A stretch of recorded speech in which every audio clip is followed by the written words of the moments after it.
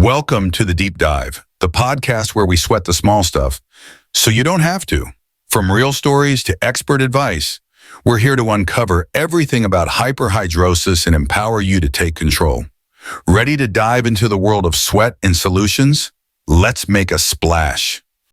Okay, folks, get ready because today we're going deep into a medical procedure that's, it's causing a lot of buzz, so to speak. Yeah. We're diving into endoscopic thoracic sympathectomy, ETS surgery for short. ETS, right. And this is a procedure that's supposed to, help with excessive sweating, hyperhidrosis.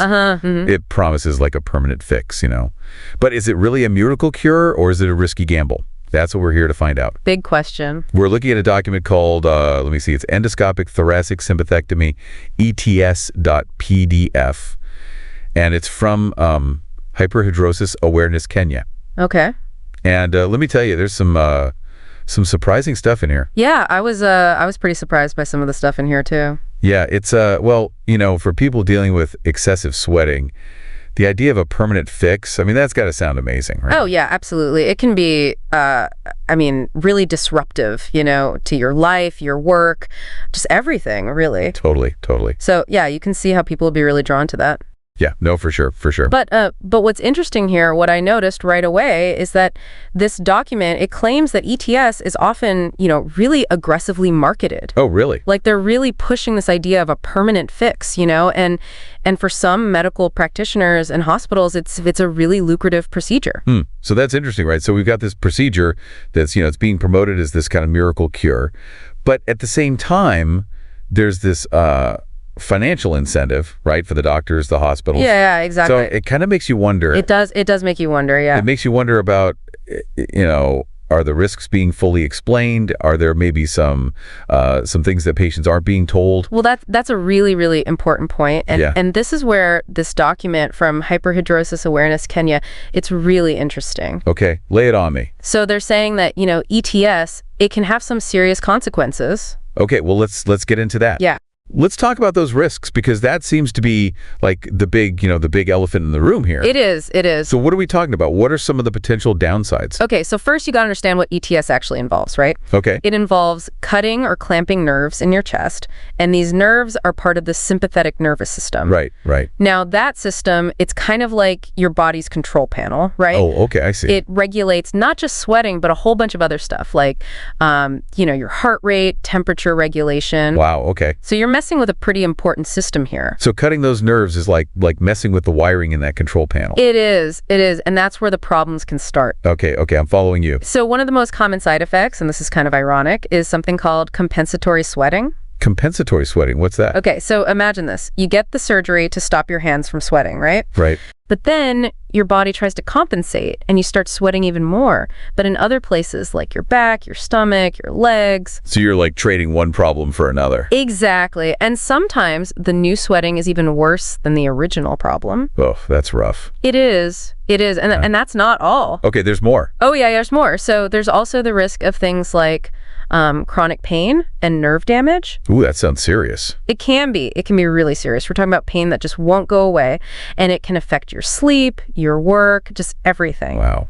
Then there's something called thermoregulatory dysfunction, which basically means your body can't regulate its temperature properly anymore. Oh, wow. So you might overheat super easily, or you might feel cold all the time. That sounds miserable. It can be. And there are more side effects. Yeah, there are. There's the risk of a lowered heart rate and exercise intolerance. So like you can't even work out properly? Yeah, some people really struggle with physical activity after this surgery. Wow, that's a lot to take in. It is. And this is all permanent, right? That's the thing, yeah. These side effects, they can be permanent. So people are getting this surgery, hoping for this, life-changing solution. Right. And they end up with like all these new problems. Yeah, and a lot of patients, they experience deep regret and even depression after the surgery. Man, that's heartbreaking. It is. So, this begs the question, right? What's that? Why is this surgery still being offered if it has all these potential risks?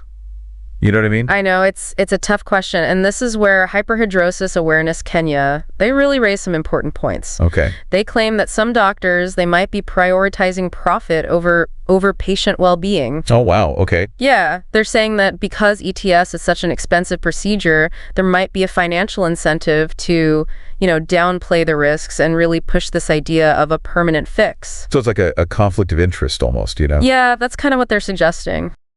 Interesting. And here's another thing that's crazy. ETS is actually banned in Sweden. Banned? Banned. And Sweden is where it was first developed. Wow, I did not know that. Yeah, but in many other countries, it's still totally unregulated. So what can be done? I mean, what is Hyperhidrosis Awareness Kenya suggesting we do about all this? Well, they're calling for stricter regulations on ETS surgery worldwide. Okay. They want mandatory full disclosure of all the risks, like before you even consider the procedure. Okay, yeah. And they're also promoting safer alternatives, like non-invasive treatments for hyperhidrosis. Oh, interesting. They're really emphasizing patient safety and informed consent, making sure that patients are fully aware of what they're getting into before they make any decisions. That's huge, right? I mean, we all need to be informed advocates for our own health. This whole deep dive has really made me think, it's like, how can we all be better equipped to make these kinds of decisions about our health, especially when it comes to procedures that have, potentially serious risks? That's a really, really important question. I think access to unbiased information is key. Right. Talking to multiple doctors, doing your own research, really demanding clear explanations of the risks and benefits. Don't be afraid to ask questions. Absolutely. Absolutely. This has been a really eye-opening deep dive. It has. And if there's one thing I want our listeners to take away from this, it's do your homework, people. Please. Do your research, get multiple opinions. Don't just jump into something like this without understanding the potential consequences. Couldn't agree more. All right, folks, that's all the time we have for today. Thanks for joining us for another deep dive. Until next time. Stay curious, stay informed, and stay healthy. And dry, hopefully. And dry, yeah, preferably in a safe and healthy way. All right. Exactly. All right, take care, everybody. Bye-bye. You've been listening to The Deep Dive because understanding sweat is the first step to thriving. Remember to subscribe, share, and connect with us on Hyperhidrosis Awareness Kenya socials.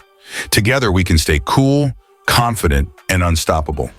Until next time, keep shining. No sweat.